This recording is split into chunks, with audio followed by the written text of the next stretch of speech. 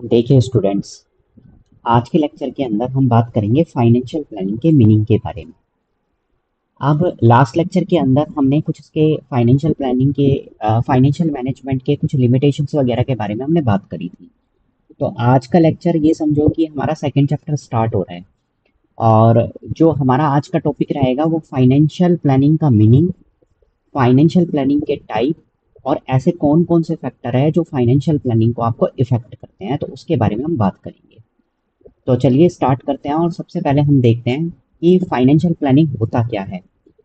देखो, ये दो शब्दों से मिलकर बना हुआ है। देखो, किसी भी चीज को ना आसानी से समझने के लिए ना आप हर एक शब्द को ना दो भागों के अंदर तोड़ दिया करो, है ना। इसे सिंथेसिस मेथड बोलते हैं कि भाई आप दो भागों के अंदर किसी चीज को तोड़ दोगे तो उसका मीनिंग आप इजीली समझ पाओगे। आप देखो, ये दो शब्दों से मिलकर बना हुआ है। क्या है कि मतलब फाइनेंशियल और प्लानिंग।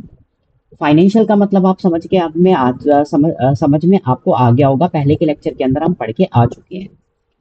फाइनेंशियल होता क्या है, देखो, फाइनेंशियल का मतलब क्या होता है कि भाई किसी भी बिजनेस को चलाने के लिए एक रीढ़ की हड्डी की तरह काम करता है आपका पैसा, है ना, आपका मनी।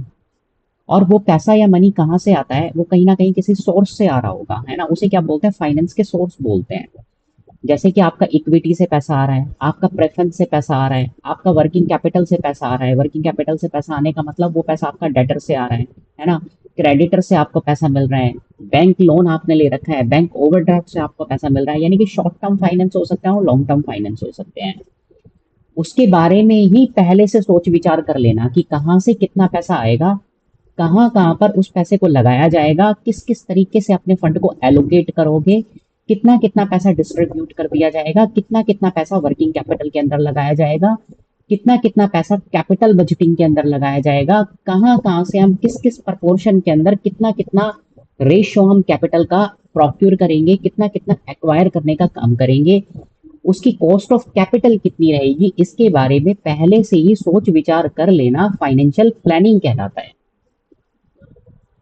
नेक्स्ट हमारे पास में है फाइनेंशियल प्लानिंग के बाद में type of the financial planning.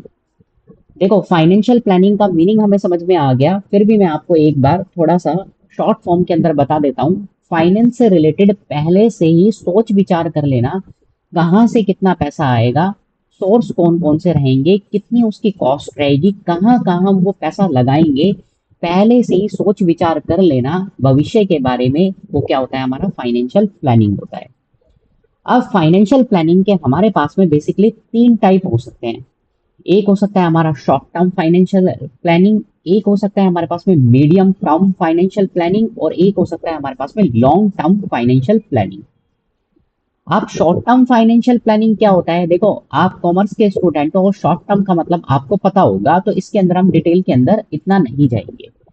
Short term financial planning का मतलब है ऐसा टाइम पीरियड जिसके अंदर एक साल से कम टाइम पीरियड के लिए अगर फाइनेंस की प्लानिंग कर रहे हो तो उसे हम क्या बोलते हैं, शॉर्ट टर्म फाइनेंशियल प्लानिंग बोला जाता है। नेक्स्ट हमारे पास में है मीडियम टर्म फाइनेंशियल प्लानिंग। अब जैसे अगर मैं आपको एग्जांपल दूं शॉर्ट टर्म फाइनेंशियल प्लानिंग के अंदर, तो किसके बारे में आप प्लान बनाओगे, जैसे आपकी वर्किंग कैपिटल के बारे में। वर्किंग कैपिटल का मतलब है करंट एसेट्स के बारे में और करंट लाइबिलिटीज के बारे में आप प्लान करने का काम करोगे। अच्छा, उसके बाद में मीडियम टर्म फाइनेंशियल प्लानिंग के अंदर क्या करेंगे, मीडियम टर्म फाइनेंशियल प्लानिंग के अंदर एक साल से ज्यादा और 5 साल से कम टाइम पीरियड के लिए फाइनेंस के बारे में पहले से सोच विचार करने का काम करोगे। तो इसे क्या बोला जाता है, मीडियम टर्म फाइनेंशियल प्लानिंग बोला जाता है। अब इसके अंदर क्या क्या आ सकता है, इसके अंदर जैसे आपका आ सकता है कि भाई बिजनेस को ग्रो ग्रो करना है, बिजनेस की ग्रोथ करनी है, बिजनेस को एक्सपेंड करना है, किसी प्रोडक्ट लाइन को हटाना है, किसी प्रोडक्ट लाइन को ऐड ऑन करना है, आप अपने बिजनेस की प्रोडक्ट लाइन को डाइवर्सिफाई करना चाह रहे हो, तो ऐसे डिसीजन आप एक साल से ज्यादा और 5 साल से कम टाइम पीरियड के लिए लेते हो। तो ऐसे डिसीजंस को, ऐसे ऐसे टाइम पीरियड को, ऐसी फाइनेंशियल प्लानिंग को हम मीडियम टर्म फाइनेंशियल प्लानिंग बोला जाता है। नेक्स्ट है हमारे पास में लॉन्ग टर्म फाइनेंशियल प्लानिंग। अब लॉन्ग टर्म फाइनेंशियल प्लानिंग क्या होती है, लॉन्ग टर्म फाइनेंशियल प्लानिंग का मतलब है जब आप फाइनेंशियल प्लान्स बना रहे हो पर 5 साल से ज्यादा अवधि के लिए बना रहे हो, तो उसे हम लॉन्ग टर्म फाइनेंशियल प्लानिंग का नाम देते हैं। अब इसके अंदर कौन कौन से डिसीजन हो सकते हैं, इसके अंदर जैसे मैं आपको एग्जांपल दूं तो जैसे आप कैपिटल बजटिंग से रिलेटेड अगर आप डिसीजन ले रहे हो, कैपिटल बस्टिंग डिसीजन का मतलब है आप लॉन्ग टर्म की एसेट्स के अंदर आप पैसा लगाना चाह रहे हो, फिक्स एसेट्स को परचेज करना चाह रहे हो, ऐसे डिसीजन जो इरिकॉवेबल है, मतलब जिसे आप वापस ले ही नहीं सकते, है ना। तो ऐसे डिसीजंस किसके अंदर आते हैं, आपके लॉन्ग टर्म फाइनेंशियल प्लानिंग के अंदर आते हैं। तो अगर हम दोबारा एक बार बात करें तो शॉर्ट टर्म फाइनेंशियल प्लानिंग के अंदर क्या आ रहा है, एक साल से कम टाइम पीरियड के लिए अगर डिसीजन ले रहे हो तो शॉर्ट टर्म फाइनेंशियल प्लानिंग के अंदर आते हैं। इसका एग्जांपल वर्किंग कैपिटल को मैनेज करने से रिलेटेड डिसीजंस आपके हो सकते हैं। अगर मीडियम टर्म फाइनेंशियल प्लानिंग की अगर बात करें तो एक साल से ज्यादा और 5 साल से कम टाइम पीरियड के लिए जब आप डिसीजन लेते हो तो इसके अंदर कौन कौन से डिसीजन आते हैं, इसके अंदर जैसे बिजनेस से रिलेटेड डिसीजंस आते हैं, जैसे आपने किसी प्रोडक्ट लाइन को ऐड ऑन कर दिया, किसी प्रोडक्ट लाइन को हटा दिया, बिजनेस को ग्रोथ करने से रिलेटेड डिसीजंस हो सकते हैं, एक्सपेंड करने से रिलेटेड डिसीजंस हो सकते हैं, बिजनेस को डाइवर्सिफाई करने से रिलेटेड आपके पास में डिसीजंस हो सकते हैं। लॉन्ग टर्म फाइनेंशियल प्लानिंग के अंदर जो टाइम पीरियड आता है वो 5 साल से ज्यादा टाइम पीरियड आता है और इसके अंदर हम क्या करते हैं, कैपिटल बजटिंग से रिलेटेड डिसीजंस लेने का काम करते हैं। वेरी लॉन्ग टाइम पीरियड के लिए जब आप डिसीजन ले रहे हो, जो इरिवर्सेबल डिसीजंस होते हैं जिन्हें आप वापस नहीं ले सकते एक बार लेने के बाद में। नेक्स्ट हम बात करते हैं, अब आपने फाइनेंशियल प्लानिंग का मीनिंग समझ लिया, फाइनेंशियल प्लानिंग के आपने टाइप समझ लिए, अब हम बात करते हैं फाइनेंशियल प्लानिंग की प्रोसेस क्या होती है। जैसे क्या है कि प्रोसेस का मतलब क्या है, कि प्रोसेस का मतलब है किसी काम को पूरा करने की एक सीक्वेंस, उसके अंदर कौन कौन से आपके पास में स्टेप हो सकते हैं उसे हम प्रोसेस बोलते हैं। अब फाइनेंशियल प्लान आप बना रहे हो तो कोई छोटा मोटा काम तो नहीं है, है ना। इसके लिए आपको एक पूरी प्रोसेस को आपको एक प्री डिटरमाइंड स्टेप्स को फॉलो करना पड़ेगा, जिसे क्या बोला जाता है, फाइनेंशियल प्लानिंग की प्रोसेस बोला जाता है। अब इसके अंदर बेसिकली 3 तरीके के स्टेप को हम शामिल करते हैं। एक एक है हमारे पास में एक है हमारे पास में finance determination of the financial objective. Second है हमारे पास में determination of the financial policies. Third है हमारे पास में determination of the financial procedure. अगर हम पहले फाइनेंशियल प्लानिंग की अगर हम बात करें तो सबसे पहले हम बात करते हैं determination of the financial objective. आप प्लान बनाने से पहले, है ना, या आप प्लान बनाना स्टार्ट करोगे तो सबसे पहले कोई भी काम करते हो, चलो इसका छोड़ो, अगर हम कोई भी काम करेंगे तो सबसे पहले हम क्या डिसाइड करेंगे, सबसे पहले हम डिसाइड करेंगे कि भाई आपके फाइनेंशियल ऑब्जेक्टिव्स कौन कौन से हो सकते हैं। फाइनेंशियल ऑब्जेक्टिव होने का मतलब आप सबसे पहले अपने फाइनेंशियल ऑब्जेक्टिव सेट करोगे। आपका ऑब्जेक्टिव क्या है कि आप क्यों फाइनेंस लेना चाह रहे हो, है ना। आपको फाइनेंस लेने की क्या नीड पड़ गई कि भाई आपको अपने बिजनेस को एक्सपेंड करना है, आपको किसी प्रोडक्ट लाइन को डाइवर्सिफाई करना है, किसी प्रोडक्ट लाइन को ऐड करना है, किसी प्रोडक्ट लाइन को आपको हटाना है ना। डिविडेंड से रिलेटेड आपको डिसीजंस लेने हैं, है ना। आपको कैपिटल बस्टिंग से रिलेटेड डिसीजन ले रहे हैं। आपका ऑब्जेक्टिव क्या है कि फाइनेंस को प्लान करने की आपको नीड क्यों पड़ी, सबसे पहले आप अपने ऑब्जेक्टिव को सेट करोगे। ऑब्जेक्टिव सेट होने के बाद में आप फाइनेंशियल पॉलिसीज बनाओगे। अब फाइनेंशियल पॉलिसीज होती क्या है, फाइनेंस से रिलेटेड पॉलिसीज को फाइनेंशियल पॉलिसीज बोला जाता है।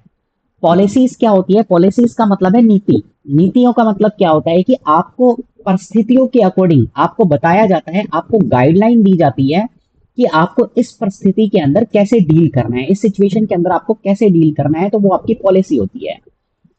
तो बिजनेस क्या सेट करेगा, ऑब्जेक्टिव सेट करने के बाद में अपनी फाइनेंशियल पॉलिसीज को सेट करेगा। अब बिजनेस की फाइनेंशियल पॉलिसीज हो सकता है कि आपके पास में दो तरीके की होती है, वैसे तो 3 तरीके की होती है पर हम यहाँ पर 2 तरीके की बात करेंगे। 3 तरीके की कौन कौन सी हो सकती है, एक हो सकती है आपकी लिबरल फाइनेंशियल पॉलिसी, एक हो सकती है आपकी न्यूट्रल, और एक हो सकती है आपकी एग्रेसिव फाइनेंशियल पॉलिसीज। अब अगर हम लिबरल फाइनेंशियल पॉलिसी की अगर हम बात करें तो लिबरल का मतलब होता है उदार, दानवीर, है ना। ऐसी फाइनेंशियल पॉलिसीज जिसके अंदर आपकी कंपनी इस तरीके का व्यवहार करे कि वो जितनी अर्निंग करके लेकर आएगी, जितना इन्वेस्टमेंट कर रही है उसके ऊपर वो जितना रिटर्न जनरेट करेगी, वो सारा का सारा पैसा क्या करेगी, शेयर होल्डर के अंदर डिस्ट्रीब्यूट करके रख देगी। तो इसे बोलते हैं लिबरल फाइनेंशियल पॉलिसी, उदारवादी वित्तीय नीति।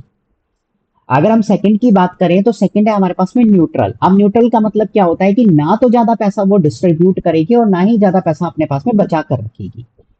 अगर हम एग्रेसिव फाइनेंशियल पॉलिसी की बात करें तो इसके अंदर क्या किया जाता है, कम से कम पैसा हम डिविडेंड के तौर के ऊपर या कम से कम पैसा जो हमारे पास में रिटर्न जनरेट होकर आ रही है, वो कम से कम पैसा हम क्या करते हैं, बाहर उसको डिस्ट्रीब्यूट करते हैं, और ज्यादा से ज्यादा पैसा हम बिजनेस के अंदर बचा कर रख लेते हैं। ऐसा तब किया जाता है जब आपका बिजनेस ग्रोथ पर्पस के लिए आगे बढ़ रहा होता है। आपको ये एक्सपेक्टेशन लगती है कि आने वाले टाइम के अंदर मेरा बिजनेस क्या करेगा, ग्रो करेगा। तो आप फाइनेंशियल ऑब्जेक्टिव सेट करने के बाद में ये डिसाइड करोगे कि भाई आपकी फाइनेंशियल पॉलिसीज क्या है, आपकी नीतियां क्या रहेगी, है ना, लिबरल रहेगी, न्यूट्रल रहेगी या एग्रेसिव रहेगी। जब आपने फाइनेंशियल पॉलिसीज को सेट कर दिया, अभी आपका सारा का सारा काम पेपर काम हो रहा है, मतलब आप पेन और पेपर का यूज कर रहे हो और ये सारा का सारा काम आपका पेन और पेपर के ऊपर हो रहा है। अभी तक इसका प्रैक्टिकल इम्प्लीमेंटेशन नहीं हुआ। प्लान सिर्फ पेपर के अंदर, और आपका आपका जो प्लान है वो सिर्फ पेन और पेपर मोड के ऊपर ही नहीं चलता, बल्कि प्रैक्टिकल लाइफ के अंदर भी इम्प्लीमेंट आपको करना पड़ता है। तो जब आप इसी काम को प्रैक्टिकल लाइफ के अंदर इंप्लीमेंट कर दोगे, प्रैक्टिकल तौर के ऊपर अपनी फर्म के अंदर उतार दोगे, उसे इंप्लीमेंट कर दोगे डिपार्टमेंट्स के अंदर, अपने बिजनेस के अंदर, तो ऐसे को क्या बोलते हैं, फाइनेंशियल प्रोसीजर बोला जाता है। अब जब आप अपनी चीजों को इंप्लीमेंट करोगे, है ना, इंप्लीमेंट करने की प्रोसेस को ही हम क्या बोलते हैं, फाइनेंशियल प्रोसीजर बोला जाता है। तो फाइनेंशियल प्लानिंग के हमारे 3 स्टेप हो गए। सबसे पहले आप ऑब्जेक्टिव सेट करोगे, फिर आप फाइनेंशियल पॉलिसीज बनाओगे, और फाइनेंशियल पॉलिसीज बनाने के बाद में जो आपने पॉलिसीज बनाई है उसे प्रैक्टिकल लाइफ के अंदर क्या कर दोगे, आप इंप्लीमेंट कर दोगे। अब नेक्स्ट टॉपिक हमारे पास में है factor affecting the financial planning. ऐसे कौन कौन से फैक्टर है जो फाइनेंशियल प्लानिंग को अफेक्ट करते हैं। अब देखो, बात समझो कि हम ये फैक्टर्स क्यों पढ़ रहे हैं। देखो, आपने सेट कर लिया कि भाई मेरे को अपने फाइनेंशियल प्लान बनाने हैं, तो क्या ये काम इतना इजी है कि भाई आपने सोचा और ये काम हो गया। जब आप कोई फाइनेंशियल प्लान बनाते हो तो आप एक एनवायरनमेंट के अंदर ये काम कर रहे हो, और एनवायरनमेंट आपको पता है कि वो आपको डायरेक्ट या इनडायरेक्ट तरीके से आपको इफेक्ट करता है। तो इसी तरीके से जब आप फाइनेंशियल प्लान बनाते हो तो फाइनेंशियल प्लान को कुछ घटक डायरेक्ट या इनडायरेक्ट तरीके से अफेक्ट कर रहे होते हैं। तो फाइनेंशियल प्लान बनाते टाइम या बनाने से पहले या बनाने के बाद में कुछ फैक्टर ऐसे होते हैं जो फाइनेंशियल प्लान को इफेक्ट करते हैं, तो उन्हें भी हमें स्टडी करना जरूरी होता है। तो ऐसे कौन कौन से फैक्टर हैं। जैसे पहले फैक्टर की अगर हम बात करें तो पहला फैक्टर है हमारा नेचर ऑफ द बिजनेस। आप बिजनेस का नेचर का मतलब है कि आपके बिजनेस का क्या प्रकृति है, आपका बिजनेस किसके लिए ज्यादा डिवोटेड है, किस तकनीक के द्वारा वो ज्यादा प्रोडक्शन कर रहा है, किस तकनीक के द्वारा वो ज्यादा चल रहा है। जैसे मान के चलते हैं हमारे पास में तकनीक की अगर हम बात करें, टेक्नोलॉजी की अगर हम बात करें, तो बिजनेस के अंदर 2 ही टेक्नोलॉजी हमारे पास में हो सकती है। कौन कौन सी, एक तो हो सकता है लेबर इंसेंटिव और एक हो सकता है हमारे पास में कैपिटल इंसेंटिव। अगर आपका बिजनेस कैपिटल इंसेंटिव टेक्निक से चल रहा है, यानी कि ज्यादा से ज्यादा मशीनों का प्रयोग कर रहा है, तो इसका मतलब उसे फाइनेंशियल प्लान ज्यादा बनाने पड़ेंगे, क्योंकि उसे फाइनेंस की रिक्वायरमेंट ज्यादा पड़ेगी। या तो वो लीज करके वो फिक्स एसेट्स को टेक करेगा, या वो खुद परचेज करके उसको लेने का काम करेगा। अगर आपका बिजनेस लेबर इंसेंटिव टेक्निक से चल रहा है, मतलब लेबर प्रधान आपका बिजनेस है, लेबर का ज्यादा से ज्यादा प्रयोग करता है, तो आपको इतने फाइनेंशियल प्लान बनाने की नीड नहीं पड़ेगी with comparison to the capital incentive business. Next अगर हम बात करें तो नेक्स्ट हमारे पास में फैक्टर है जो कि आपके फाइनेंशियल प्लान को इफेक्ट करता है, वो है हमारे पास में इनकम ऑफ द बिजनेस। आपके बिजनेस की इनकम क्या है। बिजनेस आपका बिजनेस रेगुलर तौर के ऊपर इनकम जनरेट करता है, या कभी कभी उसे इनकम देखने को मिलती है। कभी कभी का मतलब है एक स्पेसिफिक इंटरवल के बाद आपको इनकम देखने को मिल रही है। तो ऐसे बिजनेस जिनमें रेगुलर तौर के ऊपर इनकम रेज होती है, तो ऐसे बिजनेस को फाइनेंशियल प्लान कम बनाने पड़ते हैं, क्योंकि रीजन ये है कि उन्हें ज्यादा फाइनेंस की नीड ही नहीं पड़ेगी। डेली की डेली इनकम आ रही है और डेली की डेली हमारा काम चल रहा है। पर ऐसे बिजनेस जिसके अंदर इनकम आपके डेली रूटीन के अंदर नहीं होती, इंटरवल के अंदर आपको इनकम देखने को मिलती है, तो ऐसे बिजनेस को अपनी वर्किंग कैपिटल को पूरा करने के लिए, टाइम टू टाइम पैसे की रिक्वायरमेंट को पूरा करने के लिए उसे फाइनेंशियल प्लान ज्यादा बनाने पड़ते हैं, और शॉर्ट टर्म के फाइनेंस प्लान आपको ज्यादा बनाने पड़ेंगे, क्योंकि वर्किंग कैपिटल को आपको मैनेज करने का काम करना है। अगर हम फैक्टर की बात करें तो तीसरा फैक्टर हमारे पास में रिस्क इन बिजनेस है। आपका बिजनेस अगर ज्यादा रिस्की है तो आपको फाइनेंशियल प्लान ज्यादा बनाने पड़ेंगे, कि हो सकता है कि आपने डेट कैपिटल आपने ज्यादा ले रखी है, तो डेट कैपिटल अगर आपने ज्यादा ले रखी है, डिबेंचर से पैसा आपने ज्यादा ले रखा है, बैंक लोन आपने ज्यादा ले रखा है, तो आपको फाइनेंशियल प्लान ज्यादा बनाने के चलने पड़ेंगे, क्योंकि उनको फिक्स रेट से इंटरेस्ट पे करना पड़ेगा। अगर आपने उसको फिक्स रेट से इंटरेस्ट पे नहीं किया तो बहुत सारी आपको कॉम्प्लिकेशंस का सामना करना पड़ सकता है आने वाले भविष्य के अंदर और आपको करंट सिचुएशन के अंदर भी। पर अगर आपका बिजनेस रिस्की नहीं है तो आप बेफिक्र होके आप फाइनेंशियल प्लान ना भी बनाओ तो भी आपका काम चल जाएगा। छोटे मोटे अगर फाइनेंशियल प्लान बनाओगे तब भी आपका काम चल जाएगा। नेक्स्ट हम बात करते हैं प्लान ऑफ द एक्सपेंशन। अगर आपके बिजनेस का सिनेरियो ये चल रहा है, आपके बिजनेस का ओनर ये चाहते हैं कि भाई हमें नियर फ्यूचर के अंदर अपने बिजनेस को एक्सपेंड करना चाहिए, तो आपको फाइनेंशियल प्लान नेचुरल तौर के ऊपर ज्यादा बनाने पड़ेंगे। आपको कैपिटल की रिक्वायरमेंट ज्यादा पड़ेगी, तो आपको ये समझना पड़ेगा, ये देखना पड़ेगा, ये पहले से फोरकास्ट करना पड़ेगा कि मेरे पास में ये कैपिटल की रिक्वायरमेंट को कहाँ कहाँ से हम पूरा कर सकते हैं और कितने में ये कैपिटल मेरे को मिल सकती है। पर अगर आपका कोई ग्रोथ का प्लान नहीं है, ग्रोथ का कोई आप देख नहीं रहे, तो आपको फाइनेंशियल प्लान इतने बनाने की नीड नहीं पड़ेगी। तो ये भी आपका फाइनेंशियल प्लानिंग को इफेक्ट करने वाला एक फैक्टर बन जाता है। नेक्स्ट हम बात करते हैं status and the size of the business. अगर आपके बिजनेस का स्टेटस और आपके बिजनेस का साइज काफी लार्ज है, काफी बड़ा है, काफी फैला हुआ है, तो फाइनेंशियल प्लान नेचुरल तौर के ऊपर ज्यादा बनाने पड़ेंगे। और बाकी इसका वाइस वर्सा है ना। नेक्स्ट आपका अगला एटीट्यूड ऑफ द मैनेजमेंट। अगर आपके बिजनेस का एटीट्यूड, आपके बिजनेस का नजरिया ये है कि भाई मेरे को तो अपने पास में कंट्रोल ज्यादा रखना है बिजनेस का, तो वो क्या करेगा, वो इक्विटी शेयर्स को ज्यादा यूज करेगा, इक्विटी शेयर कैपिटल को ज्यादा यूज करेगा, क्योंकि इक्विटी शेयर होल्डर कंपनी के रियल ओनर माने जाते हैं और कंपनी के रियल ओनर होने के नाते वही मैनेजमेंट होती है। तो अगर इक्विटी शेयर्स को ज्यादा से ज्यादा यूज किया जाएगा तो उनका कंट्रोलिंग शेयर भागों में नहीं बटेगा, जिसके कारण मैनेजमेंट के हाथ में ही क्या रहेगा, बिजनेस का कंट्रोल रहेगा। और अगर आपके मैनेजमेंट का ये एटीट्यूड है कि भाई मेरे को अपने बिजनेस का कंट्रोल ज्यादा अपने हैंड के अंदर नहीं रखना, तो वो ज्यादा से ज्यादा डेट कैपिटल को यूज करने का प्रयास करेगा। ये भी एक फैक्टर है फाइनेंशियल प्लानिंग को अफेक्ट करने के लिए। नेक्स्ट हमारे पास में अगर फैक्टर की बात करें तो वो है हमारे पास में alternative source of the finance.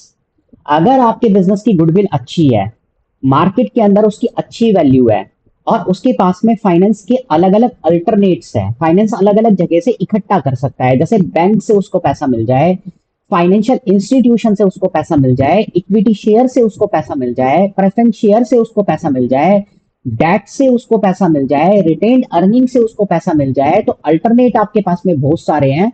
तो आपको ज्यादा फाइनेंशियल प्लान बनाने की नीड नहीं पड़ेगी। जब भी आपको फंड की रिक्वायरमेंट होगी, हाथों हाथ किसी भी सोर्स से आप पैसा उठा लोगे।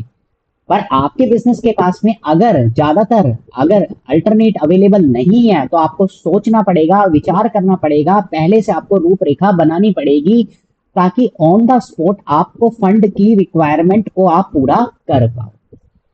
नेक्स्ट हमारे पास में फैक्टर है, लास्ट फैक्टर है गवर्नमेंट कंट्रोल। अगर आपके बिजनेस के ऊपर गवर्नमेंट का कंट्रोल, आप ऐसा बिजनेस कर रहे हो जिसके ऊपर गवर्नमेंट का कंट्रोल ज्यादा होता है ना, जैसे अल्कोहलिक ड्रिंक बनाना है ना, वेपन्स वगैरह बनाना, तो आपको फाइनेंस की रिक्वायरमेंट की ज्यादा नीड पड़ेगी। अगर गवर्नमेंट का कंट्रोल आपके बिजनेस के ऊपर इतना नहीं है, तो इतने फाइनेंशियल प्लान बनाने की नीड आपको नहीं पड़ेगी, क्योंकि नहीं पता कब आपके सामने कौन सी कॉम्प्लिकेशंस आ जाए, कब कौन सा गवर्नमेंट का डंडा आ जाए और उसको पूरा करने के लिए आपको फंड की रिक्वायरमेंट पड़ जाए। तो इसका मतलब जहां पर गवर्नमेंट का कंट्रोल ज्यादा होता है, तो इसका मतलब फाइनेंशियल रिक्वायरमेंट भी आपको ज्यादा पड़ेगी, उसका प्लान्स भी आपको ज्यादा बनाना पड़ेगा। तो ये हमारे पास में कुछ फैक्टर थे जो आपके फाइनेंशियल प्लानिंग को अफेक्ट करने का काम करते हैं। तो हमने कौन कौन सी चीजों को पढ़ा आज के लेक्चर के अंदर? हमने अपने फाइनेंशियल प्लानिंग का मीनिंग पढ़ा, फाइनेंशियल प्लानिंग के हमने 3 टाइप पढ़े हैं, फाइनेंशियल प्लानिंग की हमने प्रोसेस पढ़े हैं जिसके अंदर आपने 3 स्टेप को देखा, और अभी जो लास्ट टॉपिक हमने पढ़ा वो था factor affecting the financial planning. I hope आपको लेक्चर समझ में आया होगा, पसंद आया होगा। अगर आपको लेक्चर अच्छा लगा है तो लेक्चर को लाइक करें, कमेंट करें, शेयर करें और मेरे चैनल को सब्सक्राइब करें। जल्दी ही मिलते हैं नेक्स्ट लेक्चर के अंदर नई वीडियो के साथ में। Thank you.